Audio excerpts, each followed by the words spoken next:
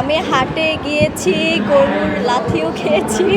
আমার এক্সপিরিয়েন্স আছে, কারণ আমি অনেক বেশি দুষ্টু ছিলাম। আমার একটা মজার স্টোরি মনে আছে যে গরুর হাটে গিয়েছিলাম, তো অনেক সময় বাঁশ দিয়ে যে গরু বাঁধে না, আহ, তো আমি কি করেছি, বাঁশ বেয়ে বাঁশের উপর উঠে যেয়ে আপনার মানে গরু যেগুলো বাঁধা দড়ি দিয়ে গলা পর্যন্ত থাকে, তো আমি ওইখান থেকেই হাঁটছিলাম। হাঁটতে হাঁটতে ঠাস করে পড়ে যায়।